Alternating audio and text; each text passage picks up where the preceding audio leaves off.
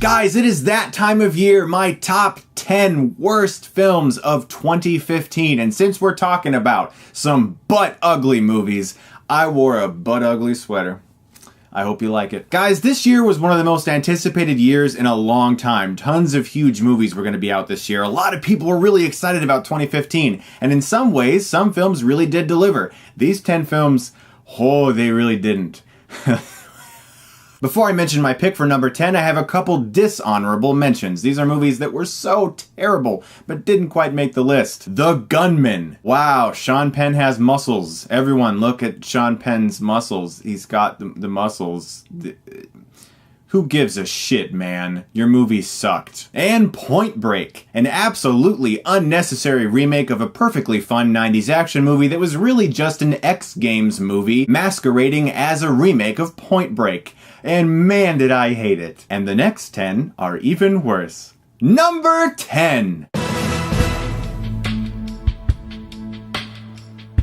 Taken 3. Why does this movie exist? It exists purely to be a trilogy. There's no reason for Taken 3 to exist. Maybe it's because Taken 2 made a shit ton of money. Why did Taken 2 make so much money? Because the first one was actually good! They took the same director from Taken 2 and made a shaky, incomprehensible mess of an action movie.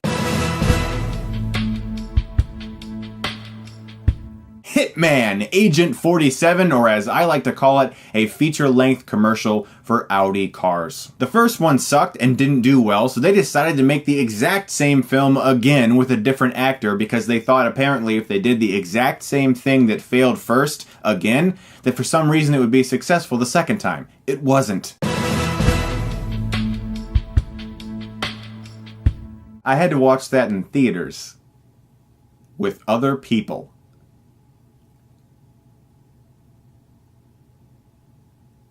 If there was one word to describe Hot Pursuit, it would be annoying. It is without a doubt the most annoying film I sat through this entire year. Reese Witherspoon dragging Sofia Vergara around. Witherspoon played a plucky, very persistent cop, and Sofia Vergara was just Sofia Vergara.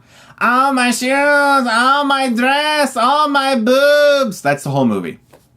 I'm serious. And it really worked. I mean, I was on the edge of my seat because I was half asleep and I almost fell out of my seat.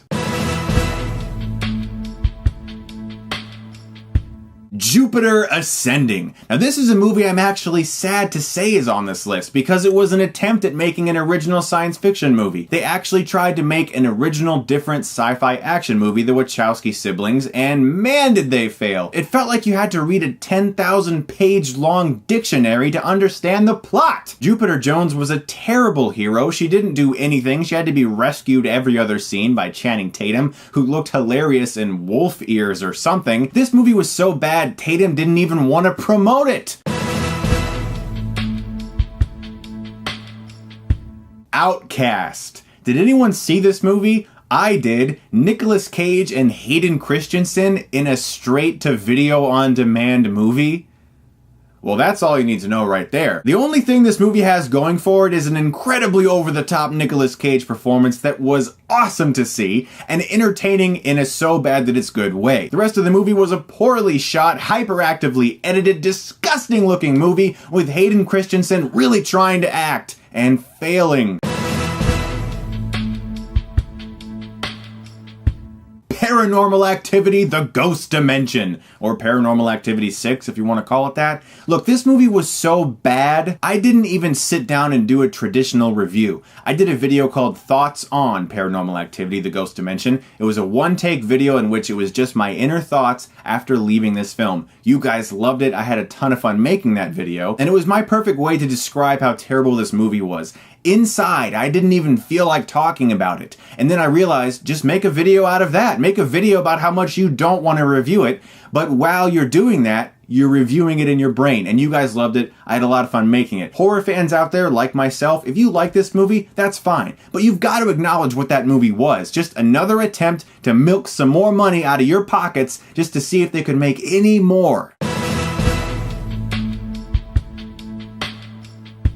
The Boy Next Door, starring Jennifer Lopez as an English literature professor.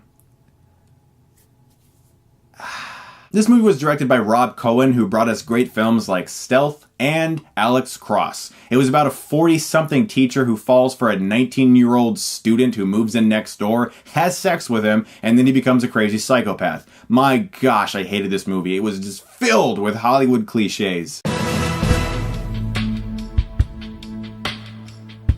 Pixels, starring Adam Sandler and all his friends. Guys, I'm the biggest retro gamer. I love retro games. I grew up playing a lot of the games that this movie is paying homage to. And my God, did I hate it. Kevin James as the President of the United States? I mean, the movie lost me when Adam Sandler and Michelle Monaghan got together. Kevin James going, I'm the president. Whoops, I dropped something. I'm so happy I'm Adam Sandler's friend. Where's Rob Schneider? And to all the people that told me that Pixels is actually a good movie, I'm glad you enjoyed it.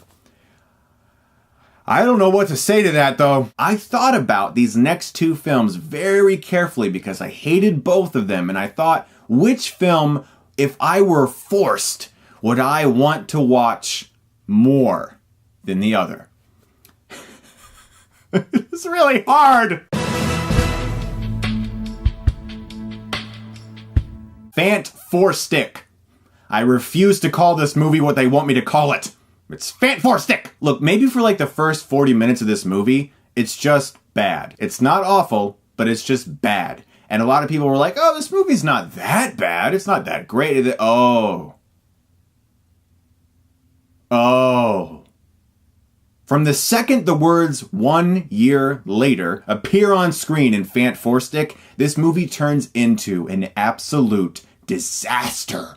I mean, it was terrible. You can see poor Kate Mara's wig changing in and out as they do reshoots. It's atrocious. It's so bad. The third act of this movie is a green screen mess with somebody dressed sort of like Doctor Doom, but it's kind of like a cosplay Doctor Doom. Like somebody in their basement made an okay costume that would look amazing at Comic-Con and shit in a Hollywood movie. I hated it. Just drop it with these characters. Fant Four Stick, you failed. You're the fourth one in a row to do it. We're done. And now it's that time. My most hated film of 2015. The one film that I just can never imagine watching again. And that would be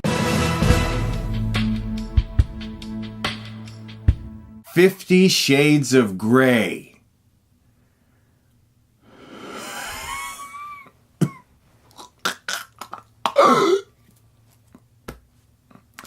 I apologize.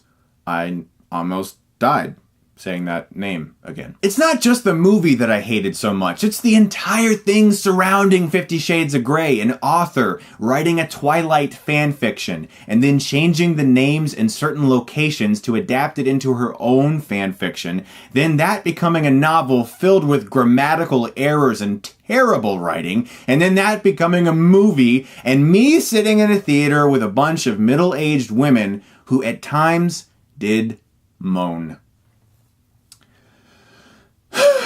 I'm not kidding, the air in that theater was humid. I felt sick to my stomach. It was disgusting. It is the very thing that I hate about movies. Oh, it's a popular thing. That thing definitely sucks, and we know it sucks, but hey, we can make some money off of it. We'll make it a movie, and we'll make 2 more. Who knows, maybe they'll make 3 more and split the last book into 2 parts. Yay! The best word I can pick to describe this movie-going experience was awkward. I hated every second of it. We have a male star who didn't even want to be in the nude. How do you hire a male actor for a movie like this who doesn't want any nudity? That's crazy! And our lead character, played by Dakota Johnson, was one of the weakest characters of cinema this entire year. She doesn't even like BDSM, and she just keeps letting him do it to her, and she keeps going back to him because it's all she can think about. Because, you know, I don't know, fucking Twilight shit. Man, I hated that movie. I don't ever have to talk about those movies again. Yay! Guys, those are my picks for the worst movies of 2015. What are yours? I want to know. Tell me, what are your worst theater-going experiences this year? I want to know below. Guys, 2015 was great. I just want to personally thank you for taking this ride with me for yet another year. I've had a great time doing it. You guys are the best. I will see you in 2016.